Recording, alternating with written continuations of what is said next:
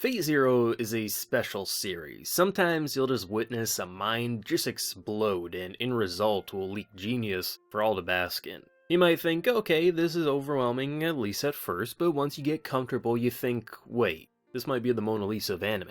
Or at least that's how I felt years back when I started binging anything and everything with a cool poster image on Crunchyroll and somehow discovered this gem. Every 2 years or so, I go back and rewatch Gen Urobuchi's take on the long-running Fate franchise adapted by Studio Ufotable, and I either leave just as impressed as my initial viewing, or sometimes a tad bit more enthusiastic like I just did with my latest one. The core reason Fate Zero is such a compelling story is that you can pick any perspective in this story and you'll be fascinated in following it play out. Literally any story alone could have held my focus for 25 episodes, but we didn't just witness one. We witnessed many large and smaller stories unfold on the quest for the Holy Grail. You honestly could dedicate a month to picking out story by story and breaking down what makes it fascinating, but as my mind races typing this out, I hope to shed some light on why Fate Zero has been a favorite of mine for all these years in a single condensed version that is this video. Basically, I'm just gonna gush for probably 15 minutes about why I should probably marry Fate Zero because I love it so much. The idea of magical masters summoning heroes from long ago to fight for an all-powerful wish-granting device is a pretty solid idea. It's why even the most basic of Fate anime are entertaining in some way, since it's almost guaranteed at least one spirit, master, or even duo will hook you because, well, most of the work is pretty much done for the writer, as pulling fascinating characters from history just kind of writes itself. But Fate Zero is the holy grail for the franchise, no pun intended. Though Heaven's Feel pretty much comes quite close, if not tie Zero in quality, but we'll save that for a rainy day. Because when Gen gets his writing correct, does he hook the viewers or what, and showcases the difference between him and your run-of-the-mill isekai light novel authors of the industry. For myself, I never really had a side I wanted to win necessarily. I definitely had moments where I rooted for one over the other. I still sweat when watching Ryder's final moments play out, and how I feel as crushed as Waver when we know it's finally over. But there's plenty of points where I think I hope Gilgamesh will get to scheme even more, where I look at Kirisugu and think, this man is cold, ruthless, and I sort of hope he wins just to see what the hell he'll do with the Holy Grail. Then in a matter of minutes I think, man, it'd be really cool to see Kirisugu die by Kirei's hands just to understand his obsessions. You see what I'm getting at. I loved everyone, even if at a personal level they may have disgusted me, like Castor and his master. Fate Zero wasn't giving you heroes to root for at all times, but rather it was presenting us with varied ideals and beliefs all competing for an all-powerful device, and who the hell knows actually deserves it, so just sit back and relax as you watch chaos unfold. Which is exactly what you want from a series summoning personas from all across history, a tale that presents varying ideas on what the world should look like, which if done correctly should be madness unfolding, which Fate Zero flawlessly nails. And when kings to murderers are arguing about what should happen, you best sit your ass down and just nod in agreement.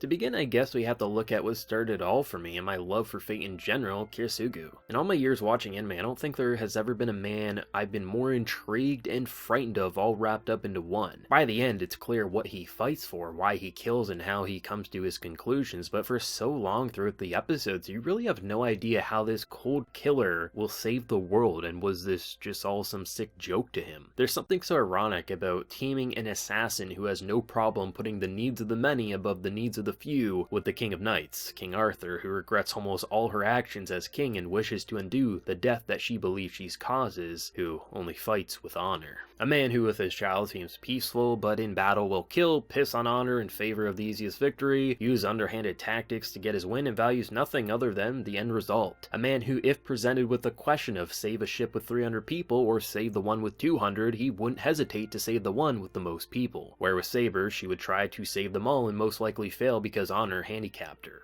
There's dozens of moments that really highlight how poorly connected they are, but one of my favorite Fate Zero moments is the final battle between Lancer and Saber, an honorable duel. Despite Saber freeing her arm after Kirisugu sneakily mentions how Saber's noble phantasm can destroy Castor, making it so Lancer has to penalize himself in future battles, powering up Saber in the process. But she still fights with a single hand, because the two respect one another even if their masters don't understand the way of the knights. But Kirisugu, he doesn't give a damn. With Canis' lover beside beside him with gun drawn, he forces him to kill his own servant with a suicide, with the promise that he would let them live as they are now bound by magical oaths. The ultimate insult, defiling all honor so Saber would win by default, and to add even more salt to her wounds, Maya snipes both of them as she wasn't bound by this contract, so the deal was still met. This moment seals their resentment for one another, an honor-bound knight forced along with a ruthless assassin. But the reason this moment is quite memorable is because of Kirisuga's dialogue shortly after. It starts to expose his viewing on killing and how glorifying it doesn't make it any better. Killing, no matter the reason, is unjust and it ruins you. He just personally accepts what he's doing rather than putting makeup on it and acting like it's something righteous like knights seem to do. Once his backstory plays out and you see the numerous times he's had to kill those close to him to protect the many, it's understandable why this man seems so ice cold, which is what makes the end result all the more painful, with the Grail just being a hoax and all it could ever do was bring more destruction, and all this would be is just for him and his family. For many that may make sense, but for a man who has always put the needs of the many above the needs of the few, this is absolute hell. A life of killing and the many sins of the Grail, all leading up to nothing being worth it in the end, and a city burned because he rejected the power while another didn't. A knight forced back to hell, waiting for her summoning one day to hopefully save her people, and a broken father atoning with the lone survivor of his greatest battle. This is why Fate Zero is spectacular. But the best part is, that isn't all there is to it. Kirei's roller coaster of an arc is still wild to think about. Even after completing Zero, you'll still just find yourself thinking about his journey months later, at least I know I do. You basically start off with this husk, following his master's orders. You think if Tokiomi wanted him to just kill himself, he probably would do it. Need a servant to appear dead? Go for it. But his curiosity to find meaning in life has to be one of the brightest aspects Zero has going for it, for how dark and twisted it actually is. Nearly going insane over Kisugu's, thinking he has the same hollowness as himself as he dreams of discovering what it is he wants in life. So as he starts making decisions for himself, they'll actually end up going against his master's orders, such as saving Karya, for no reason other than he was curious what would happen should he live, due to his life actually being the most interesting for Kirei. It ends up letting this series spiral out of control with maximum chaos. Maybe if Gilgamesh hadn't edged him on, I'd have enjoyed Kirei less, but there's something so wicked about this man who can go from saving a man because he's interested in his goal to save a child, to then episodes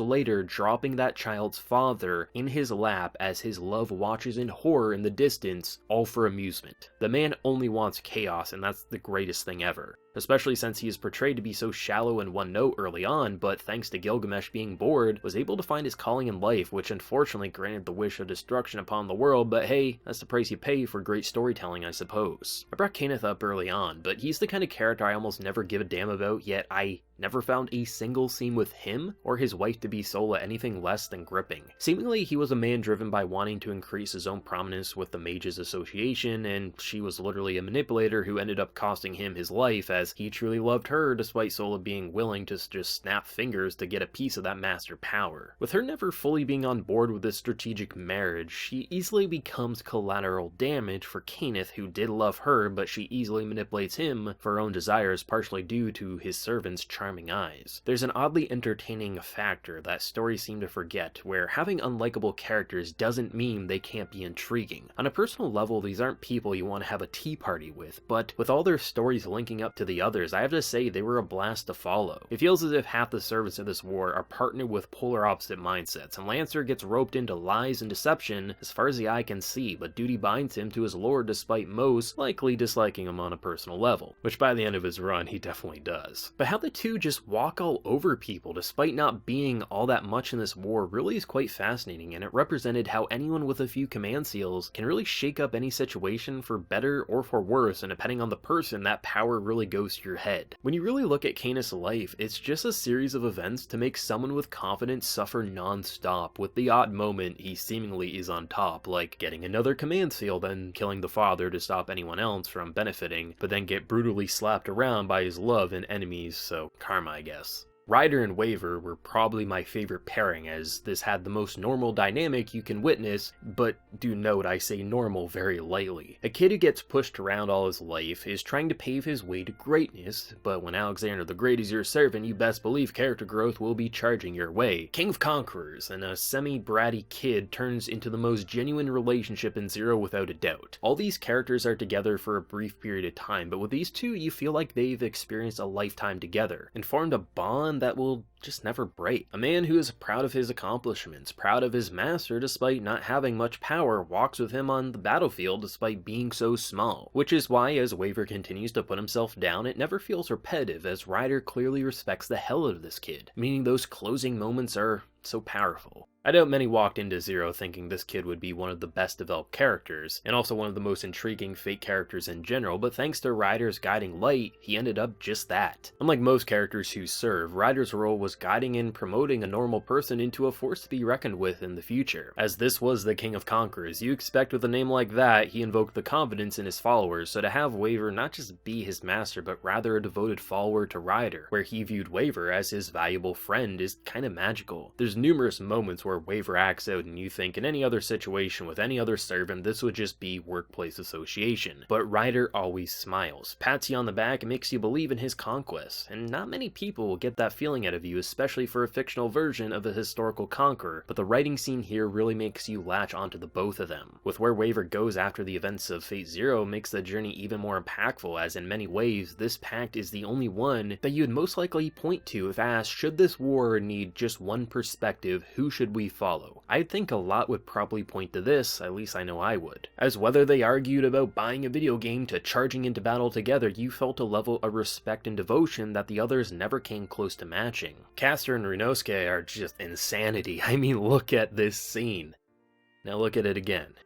It's wild. You summon a servant after killing a kid's family, and said servant gives the boy hope to then rip it away like the worst villain you will ever see, because you need them to believe in freedom, as to really scare them, and that's just like, my lord, what is this? These are without a doubt the worst characters on the show. I mean, everyone literally has to team up to kill them because their killings go too far, meaning the war has to be put on hold because who the hell would have predicted this? But without them, would Fate Zero be what it is? Absolutely not. Most of these characters are fighting for something that makes sense even if you personally disagree with it. Status upgrades, world peace, curiosity, but for them, they just want to kill, and why isn't that a good addition? Pure lunatics aren't handled that well in any medium, as rarely do you say, yeah, that's insane, but rather, that's just kinda goofy. Here, both of them are without a doubt horrifying insane killers. They only mourn when their base is destroyed or they lose those they kidnapped. Caster might be funny to look at, but you would never laugh at this man's face. You could easily make a mini-series just following either one of them or the both as they kill, and it would most likely end up as one of the best horrors of all time, and hell, many of their scenes are already deserving that title for just being a portion of an anime, not even the main focus. Karia, I'd argue, is the most heartbreaking character, even though Kirisuge might want to give him a run for his money. Imagining that you had to witness the woman that you love marry a man and then gets to have these two amazing children who you love more than anything in this world. One is thrown into a worm pool that strips her of her humanity and defiles her, with the other being groomed for future wars. You say, mess me up fam and I'll win you the grail, but make sure you leave her alone, but every step of the way your family and opponents mess you up even more, and it ends up with not even caring about the grail, but just watching you suffer. Goddamn.